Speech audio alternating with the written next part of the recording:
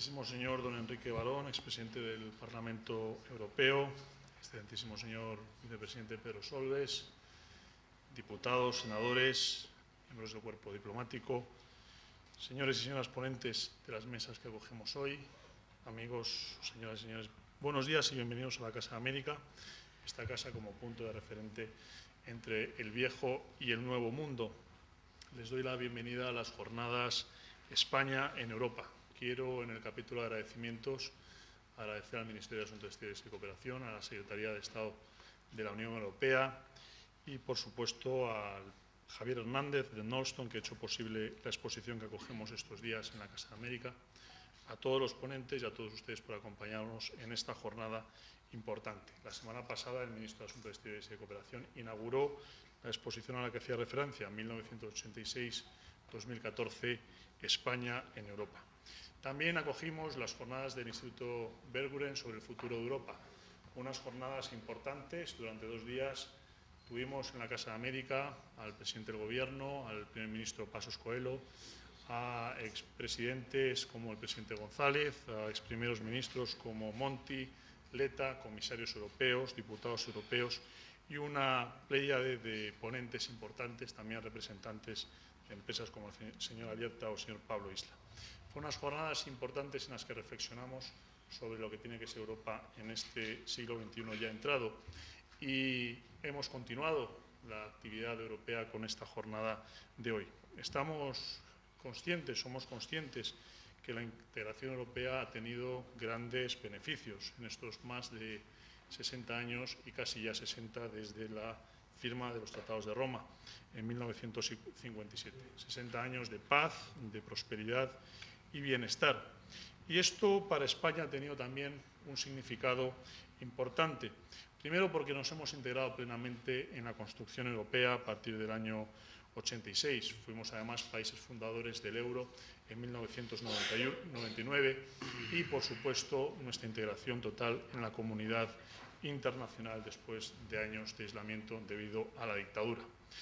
Hemos contado y hemos tenido un progreso económico y bienestar sin precedentes. El milagro español ha sido el milagro europeo.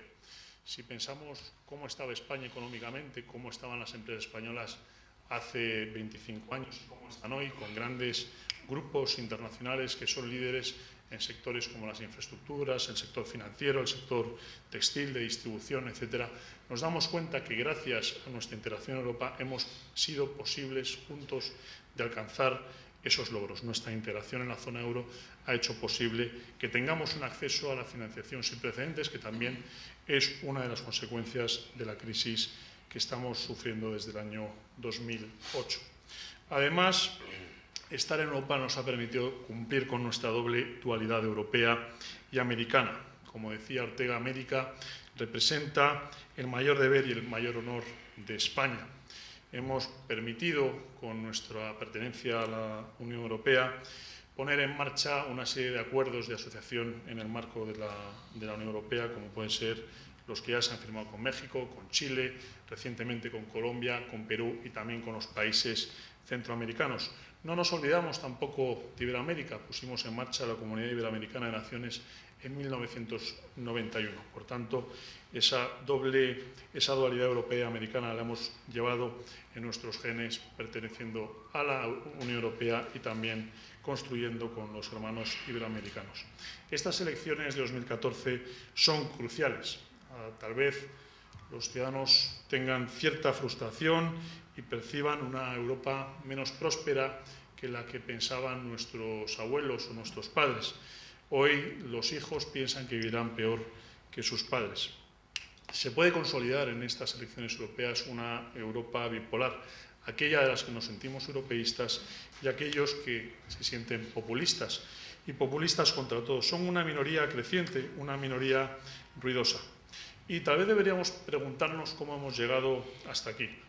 En estos años de crisis se han visto ciertas debilidades de la Unión Económica y Monetaria que se han afrontado en estos últimos tiempos, las debilidades del mercado interior o la falta de ejecución en toda su amplitud del mercado interior, como así se comentó la semana pasada en las jornadas del Instituto Berggruen.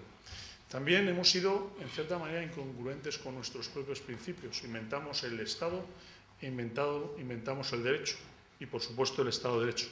Pero, por ejemplo, por citar algunos datos, en 2004, cuando se incumplió el Pacto de Estabilidad y Crecimiento, a partir de ese momento empezaron algunos de los males que nos han acontecido en este tiempo, cuando Francia y Alemania no se sometieron al Pacto de Estabilidad y Crecimiento.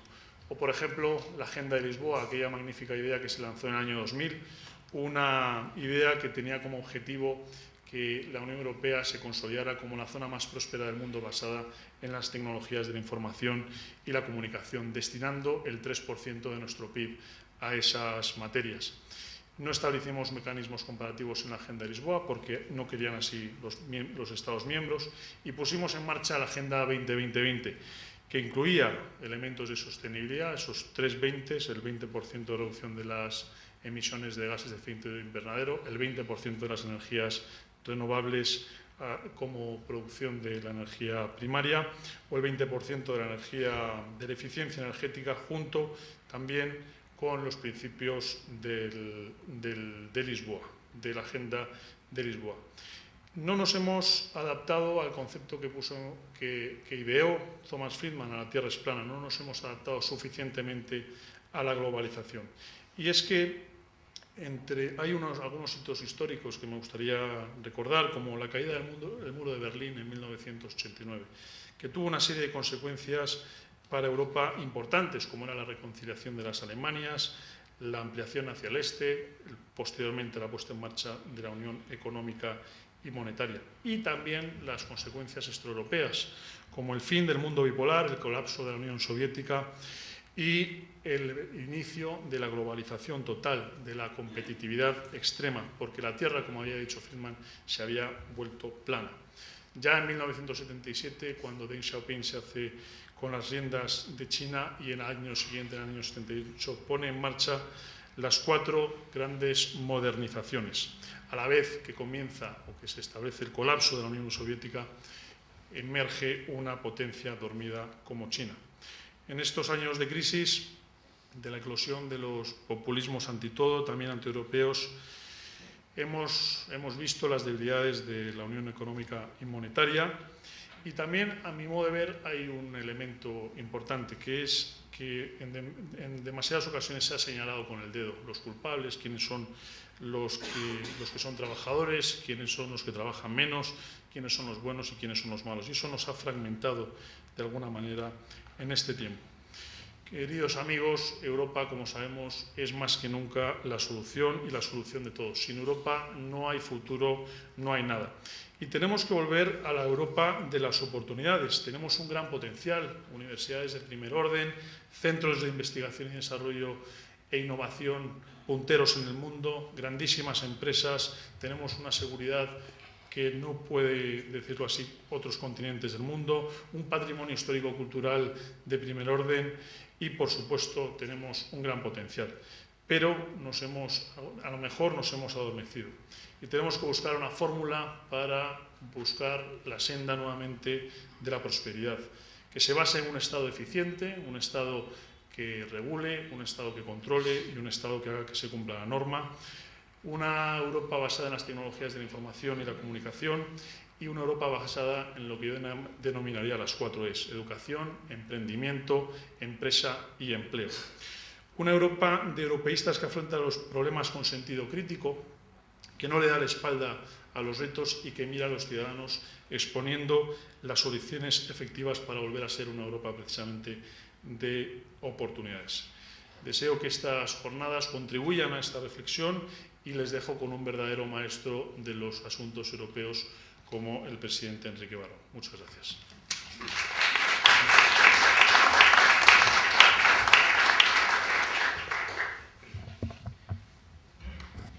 Buenos días a todas y a todos, estimadas conciudadanas y conciudadanos europeos, que es lo que somos y es como vamos a actuar muy pronto.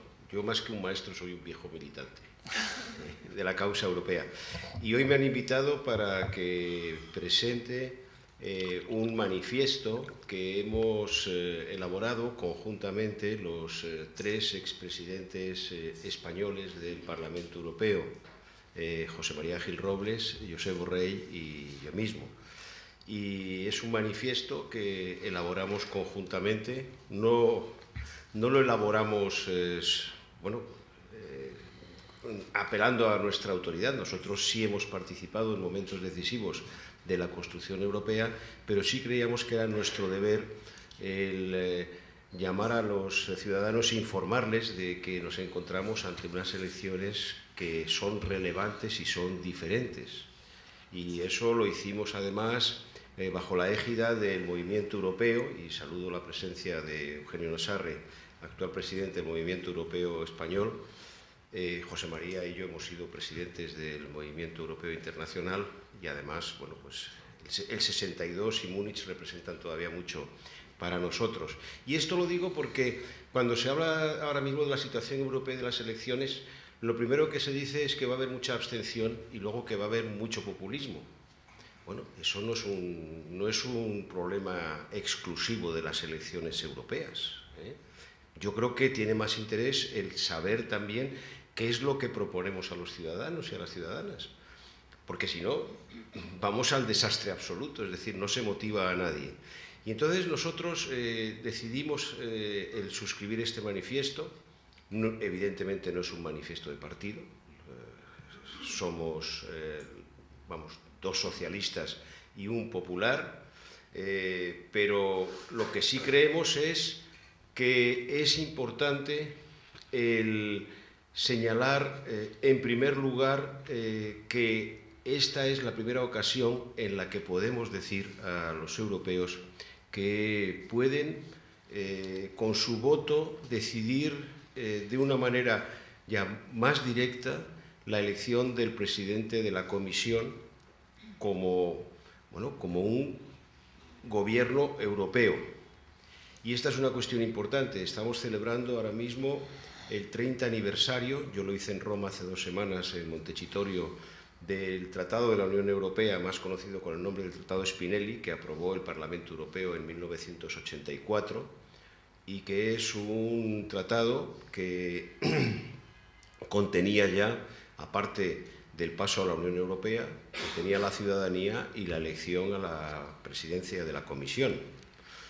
Evidentemente el Tratado Spinelli no pasó, diríamos, como un acto constitucional revolucionario, pero sí fue una inspiración importante para los que vivimos toda la transición entre el Acta Única, que es cuando nos incorporamos los españoles a la construcción europea con protagonismo, nuestra entrada en la comunidad, hasta el paso a la Unión Europea, con la caída del muro, con el final de la Guerra Fría y con lo que supuso el Tratado de Maastricht, en donde por primera vez conseguimos introducir, y eso lo hizo el Parlamento Europeo con la ayuda eficaz en el Consejo Europeo del entonces presidente del Gobierno español, Felipe González, introducir la ciudadanía, además de la moneda, y conseguir que la Comisión tuviera un mandato de 5 años, coincidente con el del Parlamento Europeo. Yo recuerdo, porque me tocó vivirlo,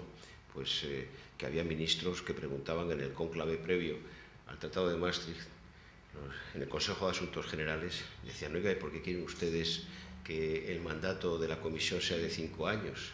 Y claro, mi contestación era: oiga, porque nos eligen a nosotros por 5 años y algo tenemos que ofrecer a los ciudadanos, ¿no? Lo conseguimos, pero no fue muy fácil. Ahí se inició un camino en el que el Parlamento Europeo y los tres que suscribimos el manifiesto fuimos añadiendo elementos, vigas para la construcción de la Unión Europea como una democracia parlamentaria. En primer lugar, el hecho de que ya el Parlamento pudiera refrendar al presidente de la Comisión. Luego, pues, en un proceso en el que ha ido aumentando la participación parlamentaria en la elección del presidente de la Comisión y de toda la Comisión.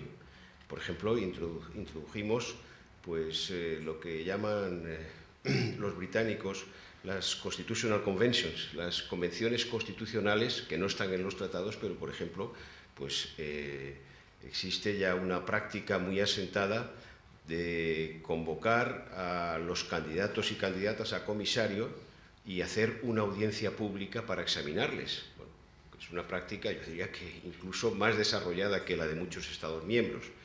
Bien, entonces, poco a poco hemos ido avanzando y el Tratado de Lisboa ya dice que el Consejo Europeo propondrá al Parlamento una persona, un candidato o candidata, que lo hará de acuerdo con el resultado de las elecciones europeas. Bueno, y en eso estamos. Y ahí hay un elemento también que es muy significativo, y es que por primera vez los partidos políticos europeos, que también introdujimos en el Tratado de Maastricht, ya están planteando en este momento ya de una manera clara el que haya personas que les representen, no solamente programas que luego acaban difuminándose en la circunstancia de cada país, sino que haya una persona que encarne lo que son las fuerzas políticas europeas, que son las que constituyen básicamente el Parlamento y las que tienen precisamente que concurrir a la campaña electoral. Y ya han designado o han elegido a sus candidatos los liberales, los socialistas y demócratas acaban de hacerlo en Roma, los verdes con una candidatura paritaria de género, la izquierda europea, que lo hizo también en Madrid hace un mes, bueno, y el próximo fin de semana, aquellos que habían sido los pioneros, el Partido Popular Europeo, tienen una convención en Dublín para elegir también a la persona que les va a representar. Y bueno, en esta ocasión hay ese elemento que es nuevo, y yo añadiría otro, y es que hemos vivido también la crisis, y de la crisis hay que aprender. Y una de las cosas que hemos vivido es, de una manera más directa, es el que se ha puesto de una manera muy clara en causa la continuidad de la unión monetaria, porque la económica estaba mucho menos hecha, mucho menos construida, y ahí ha habido una, yo diría, una reacción muy importante de la ciudadanía europea a favor del mantenimiento del euro. Incluso cuando muchos sesudos analistas y muchos institutos o instituciones autoerigidas en arbitristas que decidían sobre el futuro, pues planteaban como salida el desmantelamiento y la expulsión de los países más culpables de la situación. Yo creo que ese es un elemento muy importante, y cuando se dice que puede haber populismo, no se dice esto, no se dice que precisamente hay un refrendo muy claro a este camino que hemos iniciado. Bueno, y por eso nosotros muy claramente decimos que esta es la cuestión esencial a decidir. No será fácil, es decir, será un proceso de investidura compleja. Normalmente las investiduras no son demasiado fáciles, salvo que haya triunfos por mayoría absoluta, pero concretamente en este caso el Consejo Europeo tendrá que decidir por mayoría cualificada. Se dice que va a entrar en vigor, según los tratados, según el Tratado de Lisboa, el 1 de noviembre de este año. Esa mayoría, que es el 55% de los países con el 65% de la población, y que haya por lo menos 15 estados que lo hagan, evidentemente en este proceso esa mayoría cualificada va a entrar en vigor, a no ser que, bueno, que haya un consenso muy claro, pero sí hay que recordar que desde hace ya bastante tiempo el Consejo Europeo, a la hora de elegir al presidente de la Comisión, ha votado y también se ha vetado. Es decir, que también hay que tener memoria histórica. Yo pienso, por ejemplo, en Corfú, como ejemplo, ¿no? Bueno, entonces, ahí hay una serie de elementos que hay que tener en cuenta. El Parlamento va a aceptar, por ejemplo, que haya un candidato o candidata que no sea el cabeza de lista que se presente. Esa es una cuestión muy importante. ¿En la composición de la comisión se va a ir hacia una parlamentarización creciente o no? Pero bueno, en cualquier caso, el primer paso es que el Consejo decida de esa manera y luego el Parlamento Europeo tendrá que decidir por mayoría absoluta.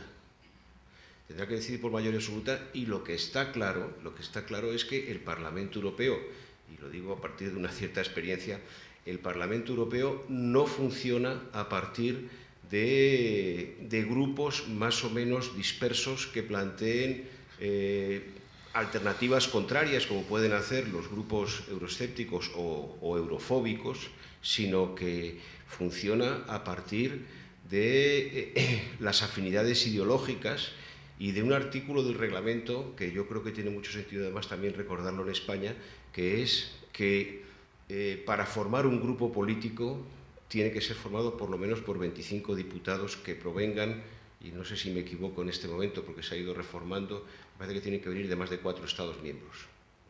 Va aumentando el umbral en función del número de Estados que hay. Y esa es la base para poder tener una cierta fuerza y una cierta capacidad de intervención en cuestiones como puede ser la investidura o también la codecisión, que es el poder legislativo compartido con el Consejo. Es decir, que no basta con hacer una declaración en televisión o con intentar hacer una intervención que sea muy ruidosa, porque claro, ahí ocurre lo que decía un viejo amigo y compañero, Paco Ordóñez, que decía que cuando negociábamos el Tratado de Maastricht decía: yo llevo siempre en la cartera el Tratado de Spinelli y lo consulto porque siempre hay ideas interesantes. Pero también decía otra cosa, decía: cuando en Europa quieres que te escuchen, con la interpretación simultánea tienes que decir cosas o muy fuertes si no estás de acuerdo o dar con puñetazos en la mesa. Bueno, pues ese es uno de los problemas que tienen también los euroescépticos en el Parlamento Europeo. Hasta ahora lo único que han conseguido, y también hay que recordarlo, es tratar de asociarse para formar grupos, porque si no, no tienen ninguna capacidad de incidir en lo que es el proceso legislativo o el proceso de toma de decisiones europeo, y eso hay que señalarlo. Y luego, en el manifiesto que hemos hecho, y que nos llaman ya los 3 tenores, bueno, por lo menos tratamos de estar conjuntados. La última intervención la hicimos los 3 en Segovia el viernes. Lo que explicamos es cuáles son los grandes ejes que creemos que deben de estructurar la campaña. Y hemos conseguido ponernos de acuerdo en muchos puntos. Evidentemente, nuestras fuerzas políticas respectivas tendrán matices importantes, pero hay tres grandes ejes que hay que proponer a las europeas y a los europeos. En primer lugar, el que es absolutamente necesario el que planteemos o se plantee una política en la que haya un responsable económico en la Comisión con capacidad y, desde luego, en relación con lo que había antes de la crisis, sí ha habido una serie de avances legislativos importantes a nivel europeo, incluso con un tratado no esperado como el Tratado de Gobernanza llamado el Pacto Fiscal. Bien, ese es un elemento que tiene que tener una concreción. No basta con pedirle al Banco Central Europeo que haga todo. El Banco Central Europeo bastante tiene con gestionar la moneda. Es decir, que no tiene que convertirse en el protagonista absoluto de la situación europea. Y sobre todo en una política de recuperación económica y de dinamismo que no es incompatible en absoluto. Se ha hecho incompatible, diríamos, con aplicar solo medidas de austeridad, pero las políticas de crecimiento, de recuperación económica y de austeridad son políticas que deben de ser complementarias y no alternativas. Y sobre todo hay un desafío muy importante que es el relanzamiento y del empleo juvenil, que yo diría que es la máxima prioridad a la que nos enfrentamos los europeos, porque si no estamos volviendo la espalda al futuro de una manera muy clara. También decimos que es importante el que tengamos en cuenta una serie de desafíos de cara al futuro, como son el energético, el climático, el digital y también el que en la circunstancia actual del mundo seamos capaces de volver y de fortalecer una capacidad industrial europea que creemos que es muy importante, además también de nuestra potenciación de los servicios y de la culminación del mercado interior. El segundo gran eje es el ciudadano, es decir, el mejorar nuestra democracia con cuestiones como son la lucha contra la discriminación, contra la xenofobia, por la igualdad de género real.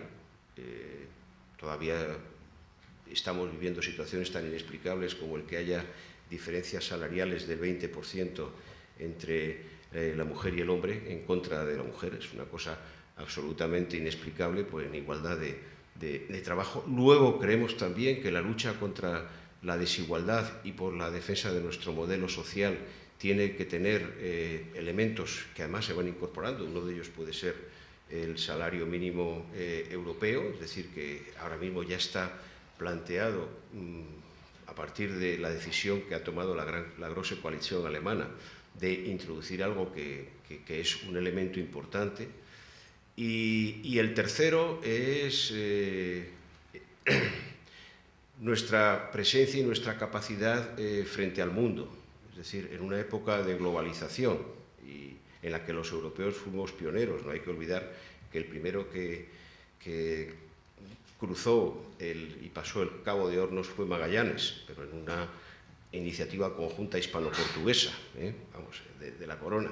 Pero, en cualquier caso, sí es cierto que esas tres cifras que reflejan la situación europea, 7% de la población mundial, 23% del comercio y de la producción y 50% del gasto social, bueno, pues tenemos que tenerlas muy presentes a la hora de definir el futuro, además de nuestra adhesión a la ONU, a los principios del derecho internacional y sus valores. Y esto lo digo en un momento especialmente difícil en el que estamos viviendo lo que está ocurriendo en Europa, concretamente en Ucrania, y en donde evidentemente puede haber una enorme frustración, pero en donde, desde luego, la aportación que puede hacer la Unión Europea tiene que ir por la línea de la negociación, del diálogo y de bajar la tensión. Nosotros no somos, ni está previsto que seamos, una gran potencia militar, ni estamos en ese juego. Estamos en otra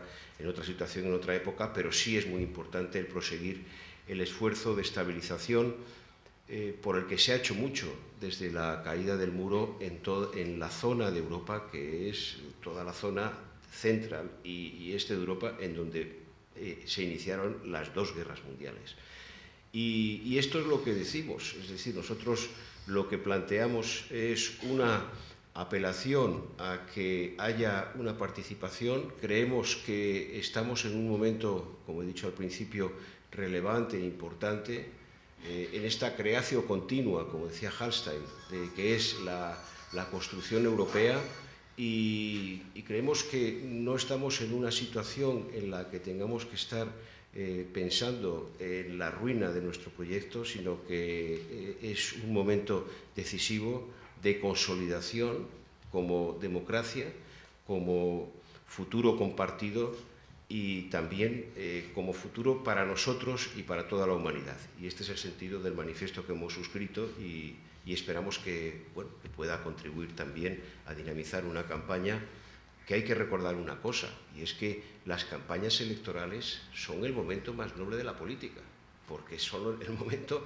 en el que las fuerzas políticas, los candidatos y candidatas se dirigen a los ciudadanos, y yo no acabo de comprender por qué sistemáticamente hay una serie de personajes que se autoerigen como jueces de todo, que están denigrando sistemáticamente este momento que, hombre, yo pues tuve la oportunidad de participar en él cuando había cumplido más de 30 años y yo sigo creyendo en eso. Gracias.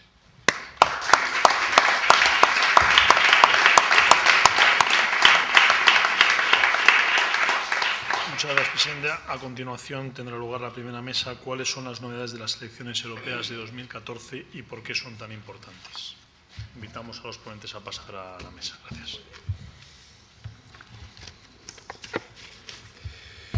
Buenos días. Gracias a todos por acompañarnos esta mañana.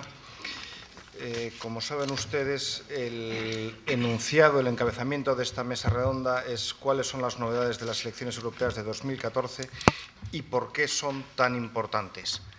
Cuando desde la Secretaría de Estado para la Unión Europea nos invitaron a participar en esta mesa y cuando me pidieron a mí que la moderara, me insistieron mucho en que mi principal trabajo era conseguir que los ponentes no hablaran durante 8 o 10 minutos sin interrupción, que mi misión era preguntar y cortar. Y me dijeron que eso era el modelo Davos. La diferencia con el modelo Davos, otras cosas, es que no hay mesa. En Davos no hay mesa. Aquí la mesa, desde luego, tiene unas proporciones amplias y sólidas, así que ya hay alguna diferencia entre el modelo Davos y este.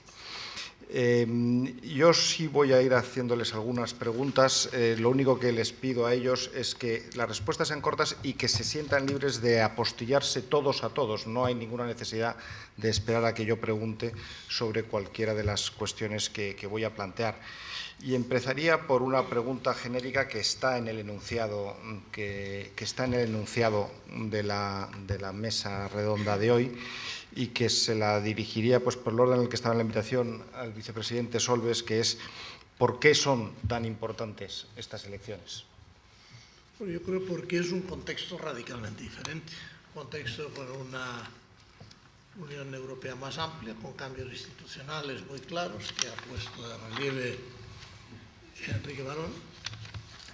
Yo diría, iba a decir después de una crisis, yo diría que al final de una crisis, no me atrevería a decir después de una crisis, que ha afectado de forma profundísima toda la construcción europea y que ha hecho ni más ni menos que todo el proceso dependiera de salvar la moneda. Es decir, al final lo que ha condicionado la vida de estos años ha sido ese elemento fundamental. Y yo soy de los que creo que la moneda hoy, se ha dicho antes también, por la ciudadanía es uno de los grandes elementos de futuro y, sin embargo, el tema no está resuelto y no está claro que funcione. Y todo esto con una población, todo esto dentro de un entorno global de globalización, de tensiones de otro tipo. Y con ¿El tema que no está claro que funcione es la moneda única? No está claro que funcione, que digamos que hayamos terminado todo el proceso necesario para que la moneda única funcione. Quiero decir, lo hemos escrito en el libro, ahora hay que aplicarlo. Y luego aplicarlo, una cosa es el tema monetario, otra cosa es el tema fiscal y otra cosa es el tema de crecimiento y los problemas de competitividad y las necesidades de que Europa sea más competitiva. Y, digamos, todo esto, como decía, dentro de un contexto que también se ha puesto de relieve anteriormente, de una presión ciudadana enormemente potente en el sentido de discrepancias entre el debate político y la preocupación de la gente. La preocupación de la gente hoy es el empleo, el paro juvenil, que va a suceder para el futuro, y muchas veces el debate no lo tenemos en esos términos, lo tenemos en muchas otras cosas. Por apostillarle una pregunta, ¿y en qué medida una campaña electoral y el resultado de unas elecciones puede ser, no sé si decisivo, pero verdaderamente influyente para completar el proceso de consolidación del euro? Si Enrique tiene razón y las elecciones son tan importantes, son el momento clave, es el principio de un nuevo proceso. Sí parece que hay elementos encima de la mesa. Yo tengo grandes dudas. A mí, por ejemplo, la idea de la elección del presidente de la Comisión, sin más, como único principio, en base a quién es el grupo que tiene mayor visibilidad o mayor poder o mayor capacidad en el Parlamento Europeo, no deja de plantearme enormes dudas. No deja de plantearme enormes dudas porque primero vamos a una política sesgada de la Comisión en una determinada dirección. No es la Comisión alguien que tiene, o la institución que tiene que tener una visión más amplia. Pero si es así, de verdad creemos que estamos al nivel de poder elegir a nivel europeo algo que vamos a aplicar a nivel nacional. Me parece que no, porque la contradicción entre las elecciones o los resultados nacionales y los resultados europeos están encima de la mesa.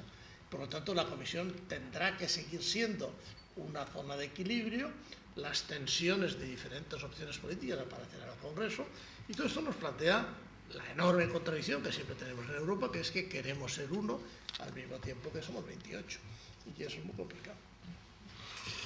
Vayamos a otro frente.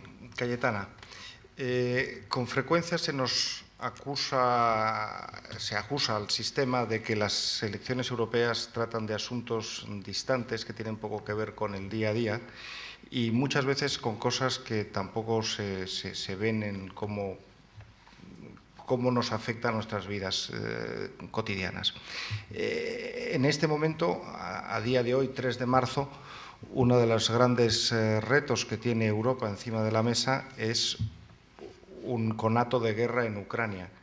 ¿Ese tipo de conflictos son completamente ajenos a nuestro proceso político?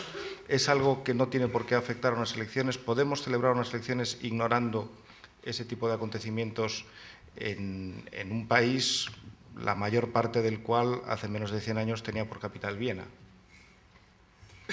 Bueno, ante todo, muy buenos días a todos y unos breves segundos con la venia del moderador para dar las gracias a la Secretaría de Estado para la Unión Europea por esta invitación. La verdad es que es un placer, es un privilegio poder compartir esta mesa redonda con Charles, con Pedro, con Carlos y tener como moderador a Ramón Pérez Maura, que es uno de los grandes expertos en política internacional, unos grandes analistas en la prensa española. La pregunta que has hecho yo creo que es esencial y va al centro de una de las cuestiones que ya han salido a lo largo de las 2 intervenciones posteriores, o las 3, y que creo que es el asunto más importante que vamos a tratar en esta mesa redonda. Has hablado de Ucrania. Yo creo que las elecciones europeas, en estas elecciones, y no solo porque hay elecciones, sino que es un asunto fundamental, un asunto que nos interpela, que nos obliga a una reflexión profunda sobre qué tipo de Europa queremos y no solamente qué tipo de Europa, qué tipo de España, en qué tipo de sociedad queremos vivir. Tenemos que nos plantea preguntas sobre qué papel estratégico queremos que tenga Europa en el mundo, que es una decisión que tiene todo tipo de consecuencias e implicaciones económicas, sociales, de organización política en Europa también, que plantea también si queremos renunciar a ser una potencia militar. Hace un momento decía el presidente Barón que nosotros no estamos en condiciones como europeos de ser potencia militar, con lo cual nuestro papel teóricamente en esta crisis debería limitarse a buscar un diálogo, a intentar rebajar la tensión, pero eso es una cuestión que habría que plantearse. ¿Queremos de verdad renunciar a ser una potencia militar en un mundo en el que Estados Unidos empieza a tomar una posición diferente a la que ha tenido hasta ahora, una posición de o leading from behind, o liderar desde atrás, o tener otras prioridades en el mundo, ¿no? Y eso de plantearse preguntas, ¿queremos ser potencia militar? ¿Estamos en condiciones de serlo? Va a la cuestión esencial que yo quería plantear hoy y que ya Pedro de alguna manera ha abordado en respuesta a una cosa que ha dicho importante el presidente Barón, que es si realmente estas elecciones son el principio de una nueva etapa en la que la Unión Europea empieza a ser más política. Y yo creo que sí, efectivamente estas elecciones, al poder elegir a un candidato indirectamente del presidente de la Comisión, es un paso hacia la politización de las instituciones europeas. Y yo creo, en contra de lo que ha dicho Pedro, de que eso es bueno. Yo creo que ahora que se habla tanto del déficit democrático de la Unión Europea, me parece que ese déficit democrático del que tanto se habla y tantas mesas redondas se celebran en torno a esa cuestión, y se habla del asunto del populismo y el auge también de la abstención y el desafecto ciudadano, tiene que ver mucho con que Europa es un terreno, un espacio en el que ha faltado política, es decir, debate político, es decir, opciones distintas, ideológicas, que puedan entrar en contraste, en confrontación incluso, y que eso es un elemento positivo.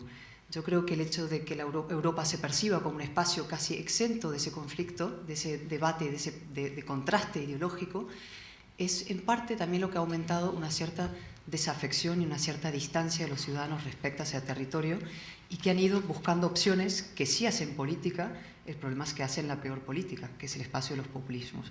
Ahora, este es un asunto que puede dar para mucho debate y que es efectivamente muy polémico, porque politizar, ideologizar la Unión Europea tiene sus riesgos, tiene muchos riesgos, aunque yo creo que también tiene ventajas que podemos discutir más a fondo. Pero a lo mejor ahí lo que tenemos que ver es si los términos que utilizamos significan lo mismo con lo que tú quieres decir o con lo que yo quiero decir. Ideologizar, bueno, se puede discutir que las dos grandes fuerzas que trabajan conjuntamente a la construcción europea, como son los socialistas y son los populares, carecen de ideología. No, bueno, supongo que no creo que nadie quiera discutir eso. Al final lo que tendremos que matizar es si por falta de ideología lo que quieres decir es el consenso en los puntos fundamentales de la construcción y que efectivamente están surgiendo alternativas fuera de ese consenso, que a veces es peligroso que surjan porque tienden a radicalizar opciones. Pero, por terminar nada más, probablemente la mejor salida para resolver este problema, se lo puedo llamar así, que tú planteas, sea conseguir terminar cuanto antes, y ese cuanto antes no sé cuántos lustros le quedan, el proceso de constitución de las instituciones europeas, para que pueda haber alternativas, como las hay en un Parlamento Nacional, entre una fuerza de centro-derecha y una fuerza de centro-izquierda, sin necesidad de que vayan de la mano, ¿no? Pasa que ese proceso de construcción también tiene, en ese proceso de construcción europeo, también hay elecciones políticas e ideológicas que hacer respecto a ese proceso de construcción. Decisiones económicas diferentes, decisiones en términos sociales, en términos de posición estratégica en el mundo. Por ejemplo, ese mismo debate que planteábamos inicialmente, o planteabas tú, sobre qué hacemos con la Europa militar, ¿no? Con sus opciones militares, o si decidimos invertir más en gasto militar, sí o no. Eso también tiene respuestas distintas, políticas e ideológicas, que yo creo que hay que plantear. Y creo que ese contraste, no tenemos que tener miedo a tener esa confrontación sana, constructiva, política, profunda, respecto a visiones distintas de cómo queremos que Europa sea, siempre dentro del ámbito de un consenso evidentemente muy amplio, respecto a que somos europeístas. Hablaba, creo que fue Tomás en su introducción, de esa Europa bipolar, europeístas y antieuropeístas, ¿no? De alguna manera. Intentemos que la bipolaridad, si es que existe, o el contraste sea entre europeístas, pero de visiones diferentes de Europa. Y no, al mantener una especie de blindaje de un consenso que se percibe desde fuera como muy tecnocrático, como una especie de pasteleo, voy a usar una palabra un poco coloquial, lo que está pasando es que la bipolaridad se está yendo fuera del sistema. Y entonces hay opciones políticas antisistema, antieuropeas, populistas, demagógicas, contraeuropeas, que encuentran, digamos, un cauce de expresión para la desafección con Europa, para la sensación de que son todo lo mismo, son todos iguales. Y por intentar ejemplificarlo, por ejemplo, el famoso asunto de la rendición de cuentas, del accountability, que está realmente deficiente en la Unión Europea. Es verdad que hay una sensación por parte de los ciudadanos de que cuando se cometen grandes errores a nivel europeo, hay grandes fiascos, por ejemplo la Constitución Europea, nadie paga. Esa factura nadie la paga. Los fracasos no tienen padres, son huérfanos a nivel europeo, o esa es la sensación que se tiene. O, por ejemplo, que la actuación de los distintos grupos parlamentarios en el Parlamento Europeo no tenga, digamos, un corolario o una consecuencia clara en el resultado electoral de las siguientes elecciones, porque al final la gente acaba votando por cuestiones nacionales, etcétera, que no se visualiza claramente, digamos, las distintas opciones ideológicas, lo bien que lo han hecho, lo mal que lo han hecho, que haya un gobierno claramente de la Unión, o por lo menos un presidente de esa comisión que ha sido votado con un programa electoral, un programa concreto, ideológico como lo es, no hay que tener miedo a la palabra ideología, y que ha hecho una gestión determinada y que le ha salido bien o mal. Y entonces los ciudadanos europeos al final de esa legislatura de 5 años puedan decir, usted lo ha hecho bien, con lo cual yo a usted le premio, ¿no? El gobierno socialista de la Unión Europea o el gobierno de la familia popular lo ha hecho bien, mal. Entonces hay una sensación de que se vota opciones concretas que han sido decisiones concretas. Y yo creo que el hecho de que Europa sea un proceso en construcción no debe, digamos, asustarnos de meter política en eso. No, vale. No entraremos en un debate entre tú y yo, intentemos que participen algunos más. Charles, yo te quería preguntar a ti, tomándolo del enunciado general de la mesa, ¿cuáles son las principales novedades de estas elecciones europeas respecto a elecciones anteriores? Gracias, Ramón. Buenos días y gracias también a los organizadores por haberme invitado. Me ha interesado mucho también lo que ha contado Enrique Barón. Es un chute de europeísmo en vena que siempre viene bien a estas horas de la mañana. Yo, sinceramente, no es solamente por llevar la contraria, aunque en parte es solamente por llevar la contraria. No creo que estas sean unas elecciones históricas. No creo realmente que estemos ante un momento, un cambio de rumbo, un cambio de época en el proceso de construcción europea, que por definición es un proceso incremental, lento, arduo, prolijo, etc. novedad negativa de estas elecciones europeas es que en algunos países, como en España, se produce después de 4 o 5 años de la peor crisis económica que haya experimentado algunos de nuestros países, sobre todo los países del sur de Europa, en su historia contemporánea. No ya 1929, porque España el Wall Street Crash no le afectó especialmente, o no tanto como otros muchos países. Es la peor crisis del siglo XX español. Y esto evidentemente va a tener consecuencias a nivel nacional. Pero elevando un poco la mirada y mirando en el conjunto de la Unión, yo lo que quería comentar es, sobre todo, me preocupa un poco este tono despectivo hacia los supuestos populistas. Es decir, nosotros, los académicos que nos dedicamos a la Unión Europea, a la integración europea, decimos siempre que la integración europea es la respuesta que los europeos nos hemos querido dar al proceso de la globalización, ¿no? Cuando nos ponemos solemnes, esto es lo que solemos decir. Y esto se plasmaría en teoría en 2 dimensiones. Primero hacia adentro, moneda única, mercado interior, etcétera, y hacia afuera, Europa como actor global. Entonces, si estamos diciendo que Europa es la respuesta de los europeos a la globalización, pues nos guste o no, tenemos que aceptar que muchos europeos piensan que no nos está yendo bien en la globalización y que la Unión Europea no nos está equipando, no nos está protegiendo o no nos está empoderando adecuadamente para hacer frente a los retos de la globalización. Y por lo tanto yo creo que la crítica de muchos europeos, no solo fanáticos, xenófobos, desagradables, extremistas, también mucha gente normal, sensata, ciudadanos de orden en muchos países europeos están empezando a pensar que esta Unión Europea o esta fase de la Unión Europea no está respondiendo adecuadamente a los retos de la globalización. Y yo creo que a los europeístas nos corresponde utilizar estas elecciones para poner en valor nuestros argumentos. A mí me encantaría, sobre todo, que se produjera una cosa que sé que no se va a producir.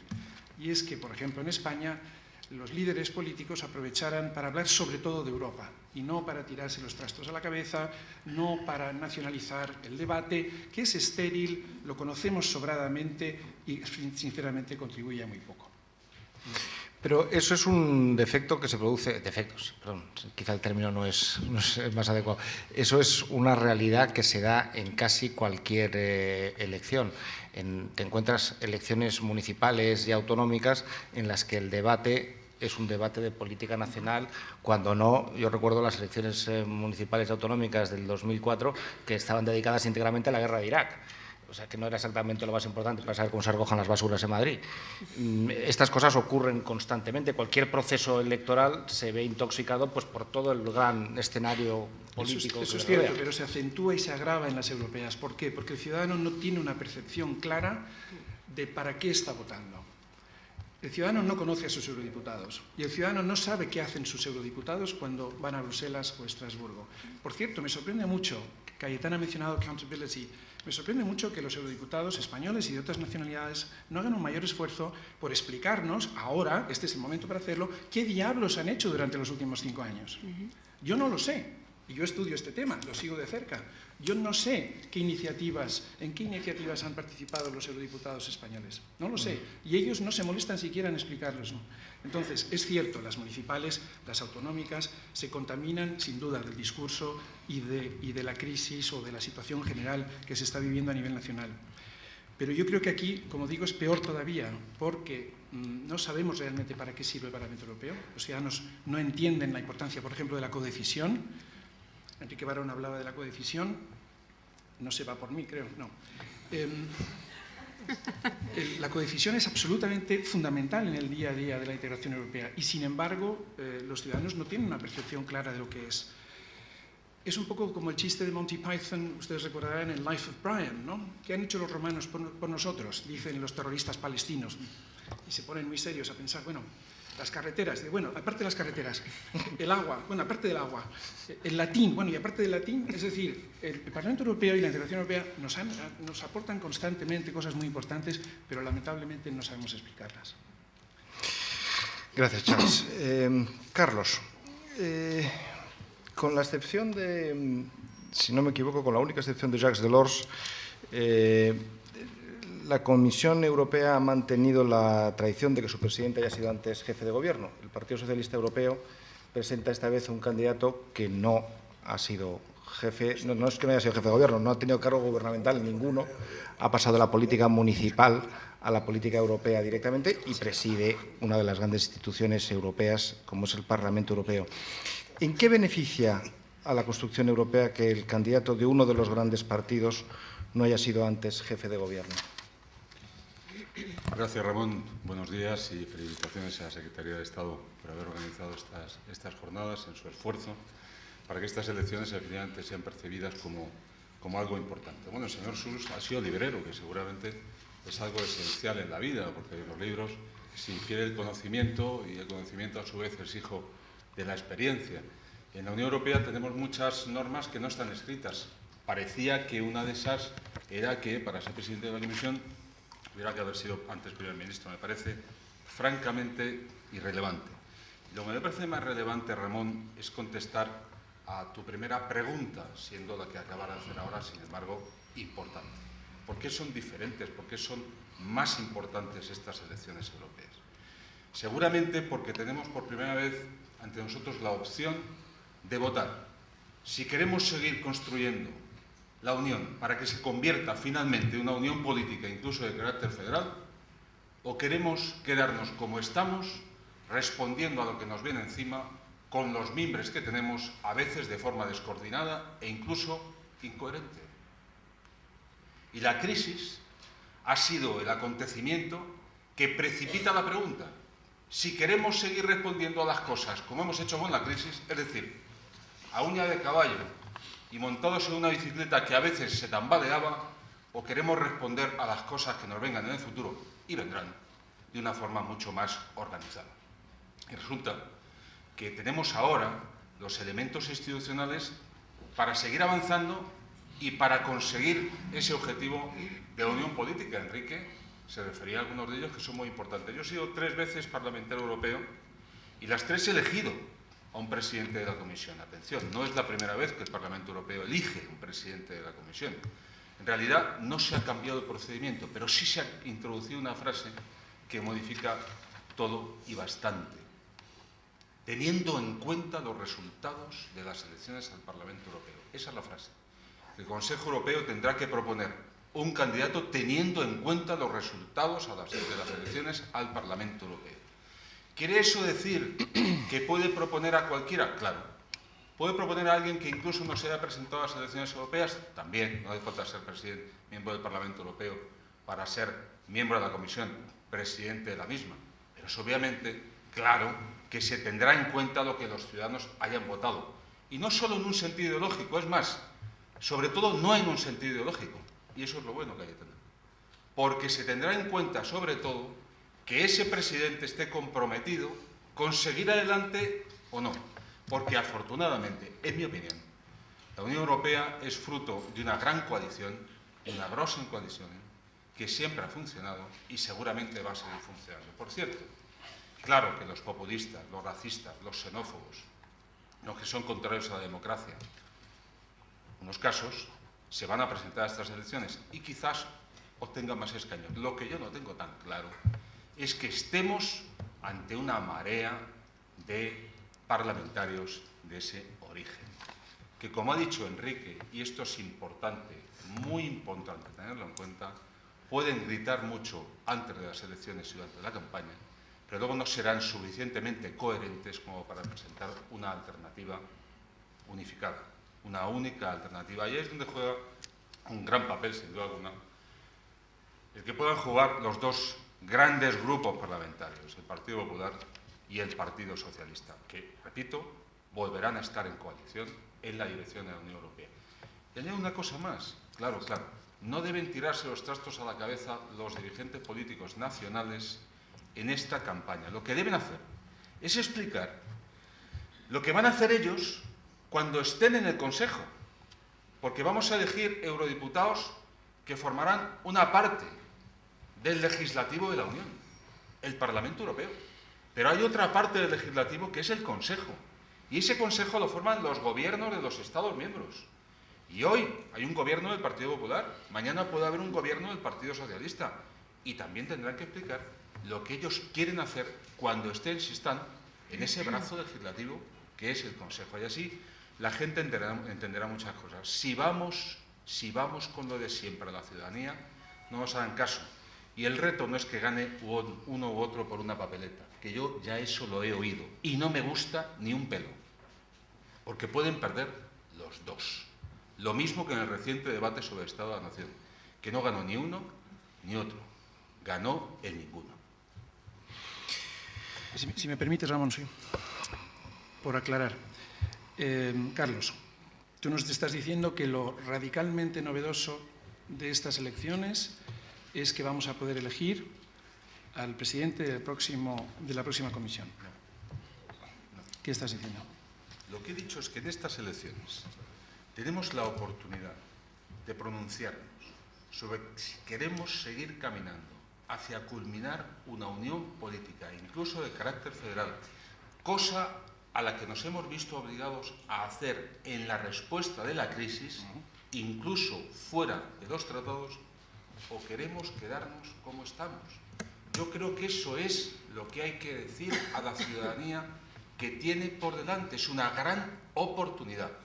Elegir a un presidente de la Comisión es muy importante, pero llevamos eligiéndolo hace bastante tiempo como Parlamento Europeo, aunque haya cambiado algo fundamental, que es una frasecita de pocas palabras, que proviene de la Constitución Europea, que se incluyó en el Tratado de Lisboa y que dice claramente que el candidato que proponga el Consejo Europeo lo hará teniendo en cuenta el resultado de las elecciones al Parlamento Europeo.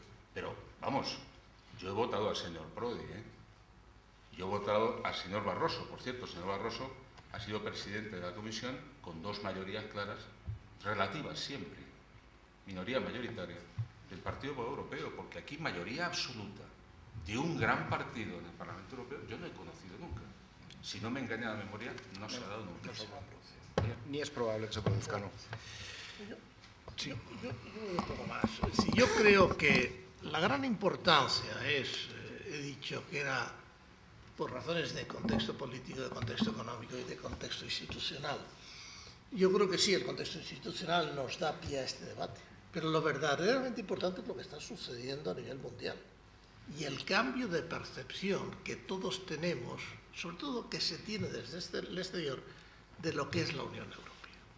En un momento determinado se concibe la Unión Europea como una unión de los Estados miembros de Europa que son capaces de tener una voz única para influir en el mundo. Yo creo que eso ya ha pasado. Y eso ya todo el mundo no lo percibe así. De hecho, cuando vas a Asia, el tema europeo sigue interesando, pero de otra forma. Interesa porque es un sistema de resolución de los problemas regionales, que es otra cosa. Y en ese sentido es enormemente interesante. Pero al líder chino de turno o al líder indio de turno le interesa mucho menos la Unión Europea, ya como contraparte para tomar decisiones. Y eso lo percibimos mucho en el papel que juegan las instituciones comunitarias y los gobiernos nacionales. En el ámbito del comercio, pero en el ámbito de la defensa es mucho en ese planteamiento. ¿Eso quiere decir que ya hemos perdido poder? Hemos perdido poder como unión, porque hemos pasado de un modelo a otro modelo. ¿Ese es un modelo estable? Yo creo que no. Yo creo que no, porque lo que tenemos delante de la mesa son problemas que cada vez nos plantean más la necesidad de no ir a soluciones nacionales, sino a soluciones europeas. Tenemos un caso fantástico encima de la mesa estos días, que es Ucrania. Ucrania, yo partiendo del supuesto que, como suele ser muy tradicional, España estos temas me preocupan relativamente poco. Yo siempre pongo como ejemplo, cuando yo era secretario de Estado en Exteriores, tuvimos el problema de Chernóbil, y el tema de Chernóbil en España no le interesaba a nadie, a nadie. Íbamos a Bruselas y era un problema aterrador con un peso, sobre todo en la opinión pública europea, tremenda. Aquí no le interesaba a nadie. Entonces empiezas a pensar y dices, ¿cuál es la razón? La razón fundamental es que Chernóbil está a 500 kilómetros de Alemania y evidentemente está mucho más lejos para nosotros. Y el español, Ucrania, le parece que es una cosa rarísima, que está lejísimo. No se da cuenta que está al lado de Alemania y que está dentro de casa. Como tampoco entienden los del sur que Mali está detrás del patio trasero y que viene inmediatamente también a Europa. Por lo tanto, hay un problema ahí de concepto y de visión. Y por ello el tema de Ucrania, porque de verdad tenemos una posición común sobre Ucrania los europeos. Podemos tenerla. Podemos tenerla cuando uno pronuncia la palabra Ucrania en Rusia, perdón, en Alemania, o la pronuncia en Polonia, quiere decir lo mismo. Y cuando se pronuncia en España, ¿qué quiere decir? O en Portugal, quiere decir bastante poco. Lo que estoy planteando con esto es la complejidad del modelo que queremos construir en Europa. Y vuelvo a mi referencia anterior. Somos muchos, con historias distintas, con posiciones económicas distintas, con temas diferentes, de aproximaciones diferentes, y todo esto cuesta mucho ir poniéndolo en común y haciendo cosas en común. Hemos avanzado muchísimo, muchísimo. Ya no nos matamos unos a los otros, que evidentemente nos da mucha tranquilidad. Ucrania vuelve a ser un ejemplo. Que con las cosas que están pasando en las últimas horas estemos viendo el tema como relativamente normal y que no estemos todos un poco histéricos por la importancia del problema, porque es un problema absolutamente mayor, a mí me pone de relieve algunos elementos claros de la nueva situación en la que vivimos. A partir de ahí, ¿qué va a ser la Unión Europea? Pues yo es que vuelvo a mi reflexión inicial. Si queremos, y me parece que lo ha dicho Enrique, un ministro de Economía Europeo, estupendo. ¿Qué es un ministro de Economía Europeo? ¿Es quien toma las decisiones económicas internas o es el director ejecutivo del Fondo Monetario Internacional que controla cuando se incumplen? Claro, son dos conceptos radicalmente distintos. Si es aquel que controla cuando se incumple, estupendo, lo podemos poner a nivel europeo. Yo he sufrido ese oficio y sé lo duro que es y lo complicado que es convencer a la gente que haga lo que ellos saben que tienen que hacer, pero que políticamente tienen muchos problemas para hacer. Si lo que queremos es lo otro, es imposible.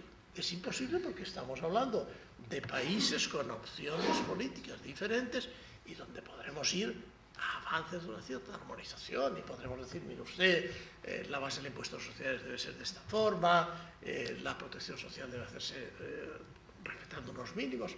Pero claro, cuando estamos tocando de si subimos impuestos, optamos más protección social, más sanidad, más esto, más lo otro, lo que estamos tocando es el nervio fundamental de las decisiones políticas nacionales.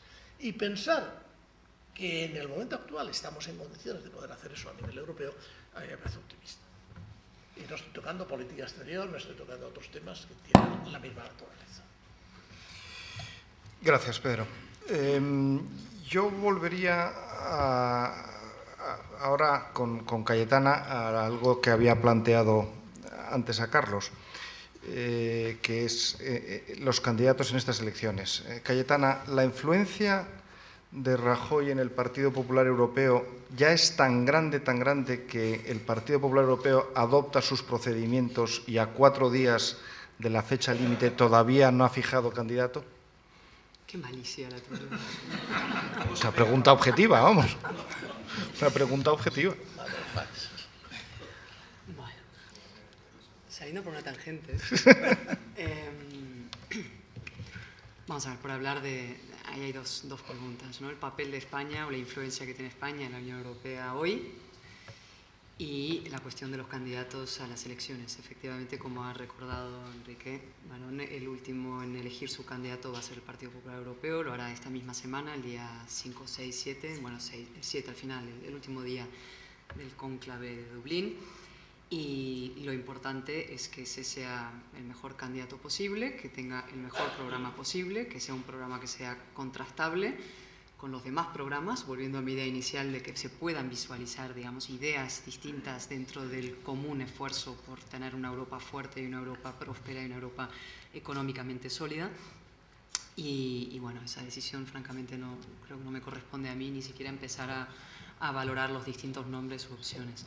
En cuanto al papel de España, yo creo que sí merece un comentario y realmente no desde intentando ser lo más objetiva posible dentro de mi condición, que cualquier cosa que yo diga al respecto será tomado como un comentario subjetivo parcial, porque de esta mesa soy la única que está en política, que sigue en política, que milita abiertamente en un partido, soy diputada del Partido Popular. Pero sí creo que si somos justos, si somos objetivos, hay que reconocer que la situación de España ha cambiado de manera muy importante en 2 años. lo dijo Mariano Rajoy en el debate del Estado-Nación, que celebramos la semana pasada con esa especie de cúmulo de portadas al inicio de su intervención, sacando portadas de la prensa internacional y la prensa nacional respecto a cómo estaba España hace un año, año y medio, una situación realmente límite, España en el abismo, España al borde del rescate, una España al borde de una intervención, sino parcialmente intervenida, y esa situación ha cambiado y ha cambiado a mejor. Eso es un hecho contrastable, es un hecho objetivo. Y yo creo que eso es muy importante que lo reconozcamos. Dentro de esa tendencia que tenemos los españoles a la flagelación, que eso es verdad, eso es una vieja, vieja historia española. Yo me he dedicado a la historia antes de dedicarme a la política, y eso se ve en los textos de los arbitristas que Aliana ha mencionado del siglo XVII, del XVI.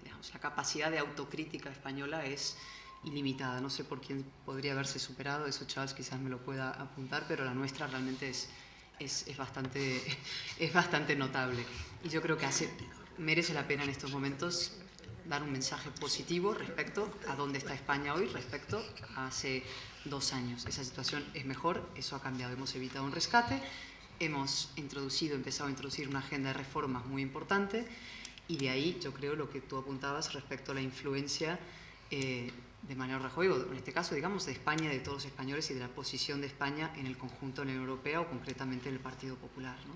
No diré yo eso de que somos modelo de nada, pero sí somos un ejemplo de ciertas cosas que, ¿no?, para otros países que no han hecho reformas, estoy pensando en Italia, que no ha hecho otras reformas que debía, estoy pensando también en Francia, estoy pensando en otros ejemplos.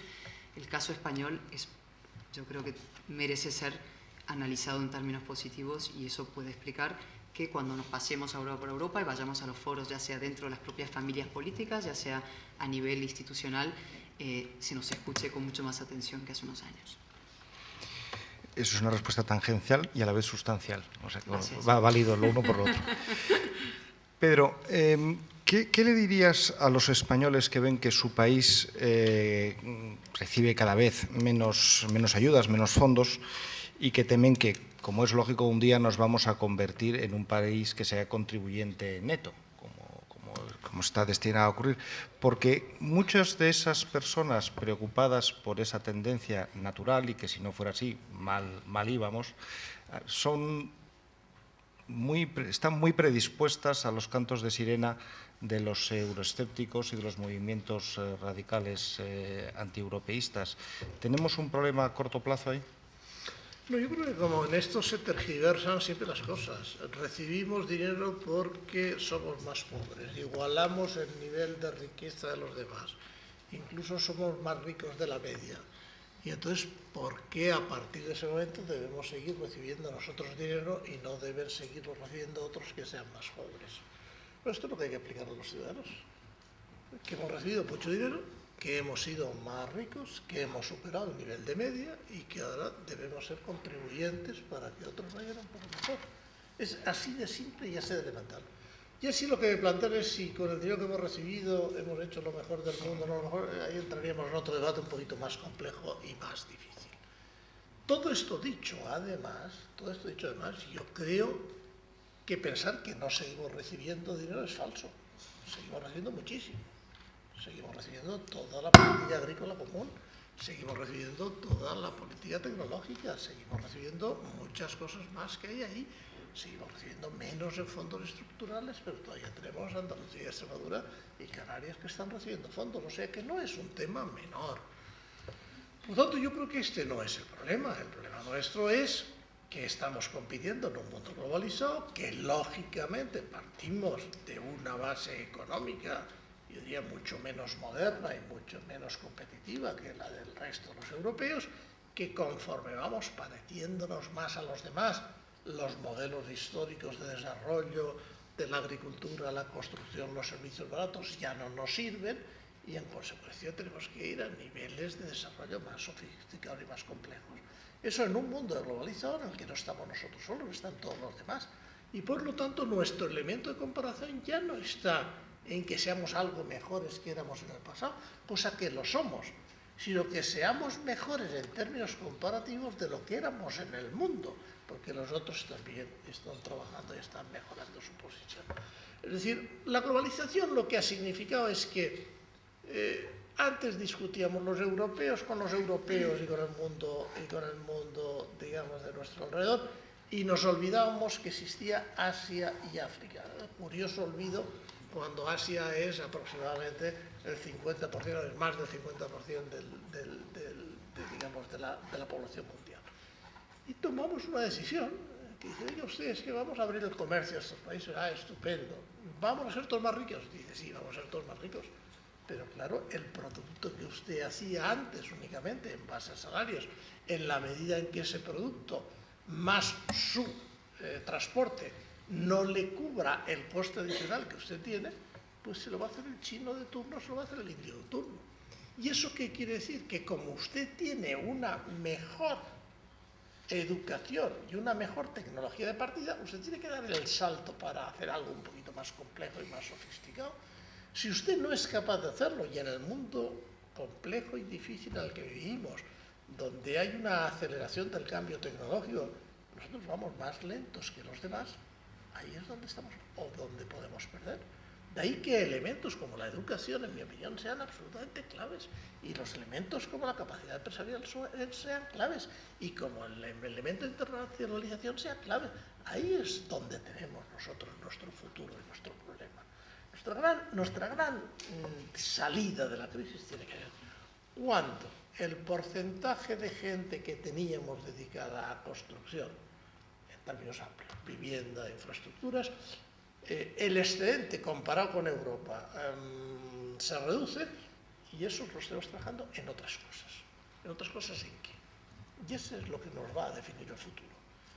Volvemos a tenerlos de camareros dando más servicios de turismo, está bien, es muy digno, pero eso nos va a dar la capacidad de mantener un nivel de renta más alto en el futuro.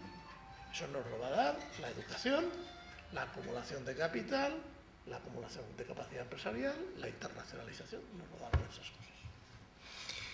Pero volviendo un segundo al origen de la pregunta, ¿qué ocurre en España para que se pueda extender esa imagen o esa sensación de que las ayudas que recibíamos mientras estábamos por debajo de la media eran una sopa boba a la que ya teníamos derecho? Porque eso no estoy seguro que ocurra en otros países, pero en España, desde luego, está muy asentado. Es que esto... Es que no teníamos derecho. ¿Te acuerdas de aquel dicho que había en algunas regiones de España de ¿tu hijo en qué trabaja? Y dice, no, mi hijo trabaja en el paro. Pues eso, mi hijo trabaja en el paro, yo vivo de sacarle... Esos son los temas que hay que ir corrigiendo. Es decir, seamos los más viejos de aquí, somos Raimundo y yo. Raimundo incluso es mayor que yo. Es decir, lo digo que es mayor que yo porque fue mi jefe, pero no lo digo por nada más que eso. Pero los que hemos vivido lo que ha sucedido en este país, es que de verdad la transformación es espectacular desde todos los puntos de vista. Y es cierto que como ya hemos alcanzado un nivel, dice, como no seguimos avanzando al mismo nivel, todo va muy mal. No, todo no va muy mal. Que tenemos problemas complicadísimos. Que antes no éramos tan buenos como creíamos, seguramente es verdad. Que ahora no somos tan malos como creemos, también es verdad. Por lo tanto, veamos un poco la realidad de lo que hemos avanzado. Yo creo que tenemos un punto de partida magnífico. Tenemos mejor educación, mejores empresas, mejores infraestructuras, mejor capacidad de hacer muchísimas cosas. Lo que no tenemos es que, como consecuencia de eso, creernos que somos los mejores, que no lo somos. Y basta ver cualquier clasificación internacional. Y no es que nos quieran mal, es que nos ponen donde normalmente estamos. Y hay en algunas cosas que estamos bastante mal para ser el país que somos. Y eso es lo que tenemos que pensar. Que baste que hablemos con la gente por ahí. Hablábamos antes del problema de la política exterior, la importancia que tiene la política exterior en España. Nos quejamos de que el resto no se ocupa, pues por ejemplo, del norte, de un problema que todos consideramos vital, que es el problema de la inmigración ilegal y que a nosotros nos afecta muchísimo. Pero nos preocupan a nosotros los problemas de los demás. Al final queda en términos de especialistas, y a Dios gracias se va avanzando poco a poco, tenemos más gente que sabe estas cosas, pero al ciudadano normal le preocupa bastante poco. Por lo tanto, yo creo que, un poco yendo a tu pregunta, yo creo que hemos dado un avance de gigantes durante los últimos años, 30, 40 años, Y evidentemente lo que tenemos que llegar a la conclusión es que eso está muy bien. Y eso nos ha situado del nivel 100 al nivel 40, al nivel 30. Bueno, pues para conservar ese nivel 30 o ese nivel 20 que podemos estar ahora, el ser un poquito mejores no es suficiente. Es ser mejores que los 20 que están por delante y que todos los que están por detrás. Y si no, perdemos nuestra posición relativa. Y ese es el elemento. ¿Lo podemos hacer dentro de Europa? ¿Nos ha ayudado Europa a dar ese salto? ¿Nos va a ayudar a dar más saltos más? Sí, nos va a ayudar en la medida en que apostemos todos por cosas racionales, nuevas tecnologías, nueva competencia, etcétera, etcétera. Si vamos echando marcha atrás al proteccionismo y cerrándonos dentro del modelo europeo, yo creo que no. Y eso sí nos abre otro debate en Europa bien interesante de hacia dónde va Europa como Europa en el futuro de la competencia mundial, si vamos a cerrarnos, si vamos a abrirnos. Y bueno, todo esto nos lleva a elementos que en términos comerciales son de un tipo, pero incluso en términos monetarios nos llevaría a debates bien interesantes de si el tipo de cambio del euro es la mejor de las opciones, si no es uno de los temas clave en el futuro, si no estamos ahí en dificultades importantes, sin hablar de si en el mundo financiero con lo que tenemos podemos competir o tenemos que ir a sistemas mucho más europeizados, etcétera, etcétera, que entiendo que son muy poco atractivos para las elecciones europeas y que de eso no lo entiende nadie, pero de verdad es que ahí nos estamos jugando muchas cosas para el futuro. Carlos, y quizá también Cayetana, estamos intentando resaltar la importancia de estas elecciones europeas, pero en el caso de España, estas elecciones tienen una de las singularidades que tienen es la circunscripción electoral única. Y eso, evidentemente, es un incentivo para las fuerzas minoritarias para presentarse, porque sus expectativas de poder conseguir representación son muy superiores a cualquier otra elección. ¿Hasta qué punto eso puede producir un resultado electoral en el que la fuerza española en el Parlamento Europeo sea inferior, puesto que sus representantes se diseminen más por grupos minoritarios y participen menos en las grandes decisiones? El Parlamento Europeo es el parlamento mejor organizado del mundo, y esto no es una cuestión de fe o de amor a donde estuve algún tiempo, es la pura realidad. Esto significa que cuando termina la campaña electoral y los diputados ocupan sus escaños, el engranaje de la Cámara empieza a funcionar para que quienes tienen capacidad de proponer y de tener peso, lo tengan, y al contrario. Es decir, que los grandes grupos siempre van a estar presentes, pero es donde se nota la calidad de las candidaturas que se presentan. Y yo quiero llamar la atención sobre esto de una manera muy clara. El Parlamento Europeo no es un sitio donde se pueda hablar para no decir nada, o disparar con pólvora al rey. Cuando uno tiene que enfrentarse como miembro de la Comisión de Agricultura a los problemas de la PAC, o se conoce el tema o no se conoce. Y por lo tanto, la capacidad de influir en los demás colegas de otros países tiene una relación directa con el grado de capacidad de desempeño del diputado o de la diputada en cuestión. Muchas veces se hacen las candidaturas sin tener en cuenta que hay que hacer frente a un conjunto de temas que están organizados en comisiones parlamentarias como la que acabo de citar. Y se piensa muchas veces en el impacto mediático de tal o cual persona, en su peso orgánico en tal o cual partido. Gravísimo error, gravísimo error. Y sin hacer de mérito a nadie, yo tengo que decir que, por ejemplo, en la legislatura en la que el Parlamento Europeo fue capaz de empujar en favor de la primera Constitución de la Unión, sin la que no hubiera habido Tratado de Lisboa, los partidos políticos en términos generales presentaron candidaturas de gran fuste y, por lo tanto, con una capacidad de peso respecto a sus gobiernos nacionales suficiente como para incluso convencerle que se abriera un proceso sobre el que no tenían demasiada convicción. Atención, porque el peso de un país en el Parlamento Europeo depende de eso directamente. Y por cierto, España es un país que nunca ha dejado de pesar en la Unión Europea. creo que los partidos políticos españoles tienen una malísima costumbre, nefasta, cuando están en la oposición, adelgazar el peso de España, casi diciendo que está en la anorexia, con perdón. Eso es mentira. En un caso y en otro, por favor, responsabilidad. Nuestro peso depende de muchos factores, claro, la historia, la lengua, la capacidad económica, el potencial tecnológico, todo lo que queramos, pero también de nuestra capacidad de propuesta. Yo he vivido muchas presidencias rotatorias de la Unión Europea, que por cierto siguen existiendo y juegan su papel. Y siempre he creído que han sido un éxito en todos los casos por asumir un criterio de responsabilidad, de apoyo a quien está ejerciendo la labor de gobierno. Recuerdo, por ejemplo, al secretario de Estado, Ramón de Miguel, que está aquí sentado, y yo era entonces un diputado europeo del partido de la oposición. Ni se me hubiera ocurrido, y él es testigo, jamás poner una sola China en la rueda de lo que estaba haciendo nuestro país. Y aquella presidencia se ha ido bien. Y tenía como presidente del gobierno a alguien que yo no había votado. Me alegro de que saliera bien. Y así sucesivamente. Pedro, si me permite, Ramón, quería decir una cosa sobre el peso de Europa. La crisis de los emergentes ha llegado también, porque las crisis llegan siempre, a todos los lados. Los emergentes son importantísimos, la República Popular China, la Unión India, Brasil, Corea, etcétera, etcétera.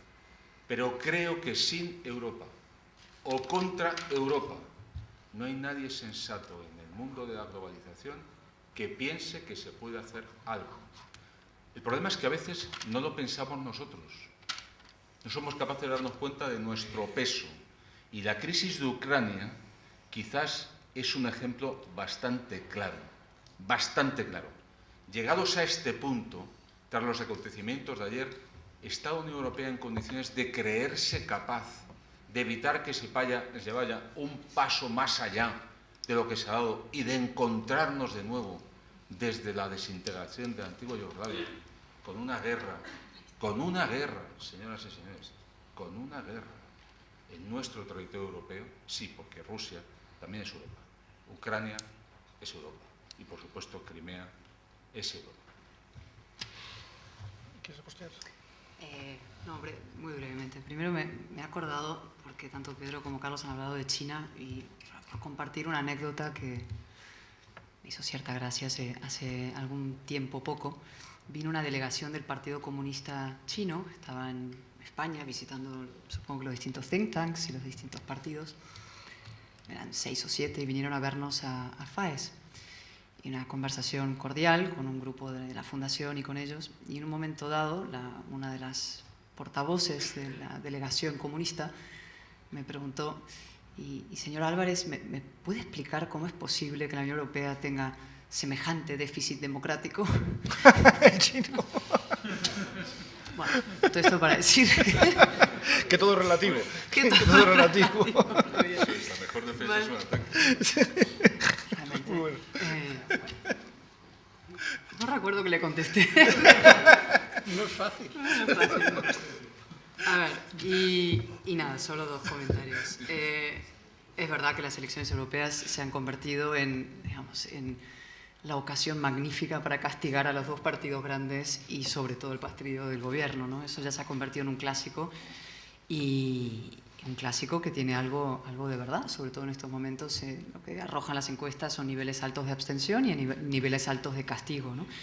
Por eso, volviendo a lo esencial, creo que es tan importante que los 2 grandes partidos, en este caso estamos hablando de España, Partido Socialista, Partido Popular, que son las 2 grandes opciones a gobernar en este país, sean capaces de ofrecer aquello que siempre se decía. José María Aznar hablaba de política, decía: hace falta un líder, un partido, un proyecto, ¿no? En este caso, un buen candidato a nivel europeo, un partido, una familia de partidos fuerte detrás y, sobre todo, en este caso, un proyecto, ¿no? Un programa sobre lo que se quiere hacer en Europa, un programa que sea comprensible y que incluso podríamos intentar, o deberíamos, los que nos dedicamos a la política, simplificar. Pedro ha hablado de muchas cosas interesantísimas sobre lo que se juega Europa en los próximos años, pero tenemos que intentar sistematizarlo, ¿no? Hay una parte económica, la unión bancaria, todos los grandes retos económicos, dónde vamos, qué tipo de unión económica queremos. 2, cuestiones tan sensibles como el estado del bienestar, cuál es su futuro, cuáles son sus límites, si debemos revisarlos, si podemos sostenerlo. está vinculado a la inmigración también, es la parte social, o sea, ¿qué nos jugamos ahí? ¿Qué queremos ahí? 3, política institucional, qué tipo de unión política, hasta qué punto realmente queremos organizarnos, cómo organizarnos institucionalmente. Hay respuestas diversas, ¿no? Esa unión que decías, Estados Unidos de Europa, avanzar con toda velocidad en eso, otros que consideramos, yo por lo menos personalmente, que el ámbito del Estado-Nación sigue siendo donde la comunidad política se representa, pero tiene que haber una, ¿no? ¿Cómo articulamos eso? Es otra tercer área de debate. 4, el tema de defensa y política exterior, esencial, y ahora tenemos sobre la mesa en estas elecciones la cuestión de Ucrania.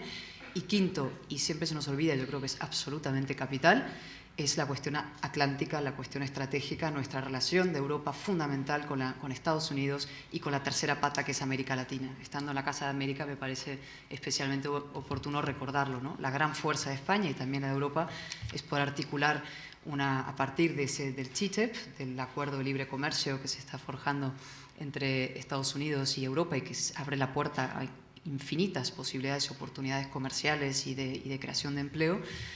Añadiendo una pata latinoamericana, pues España tiene mucho que decir ahí, ¿no? Y hay 5 áreas sobre las que realmente, en términos simples, sencillos de campaña, podemos articular campañas europeas que interesen a la gente y que afecten a la vida de la gente al margen de ese recurso tan fácil del castigo a los grandes partidos. Y también, y aquí voy a meter una cuña no publicitaria, en este caso casi una cuña política, si me permite el moderador.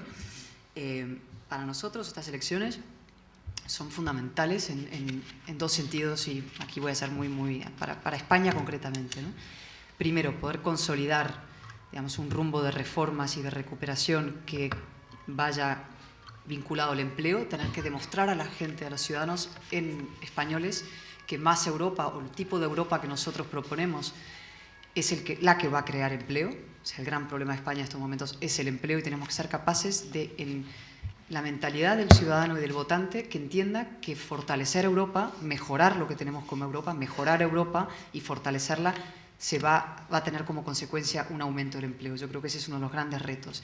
Y el otro, y este es para mí yo creo que es fundamental también, es la cuestión nacional española.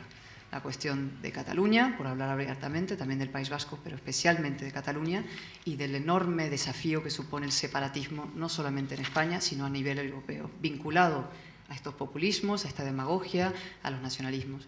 Y aquí quiero decir, muchas veces a nivel europeo se ha acuñado esta frase de que estos son asuntos internos de los países en cuestión, esto es un asunto interno español, la cuestión del separatismo catalán, y yo siempre llego a la conclusión contraria. Este es uno de los grandes asuntos europeos, lo ha sido históricamente, apela a sus valores esenciales. Estamos en el centenario también de la Primera Guerra Mundial, que es una guerra muy vinculada también a los nacionalismos, y 75 años de la Segunda, por cierto, también. Es un año importante este 14 en centenarios, también el 1714, y yo creo que también la campaña tiene que servir para recordar que los valores de la Unión Europea, los valores que la Unión representa, de Estado de Derecho, libertad individual, integración y solidaridad, esos son valores que el nacionalismo, el separatismo, digamos, atropella sistemáticamente, y tenemos que también, creo que, plantear esas elecciones en esos términos, en la recuperación de esos valores de la Unión Europea, de lo que eso significa frente a quienes buscan la disgregación, la insolidaridad, quienes no respetan el Estado de Derecho y tampoco la libertad individual. Gracias, Cayetana.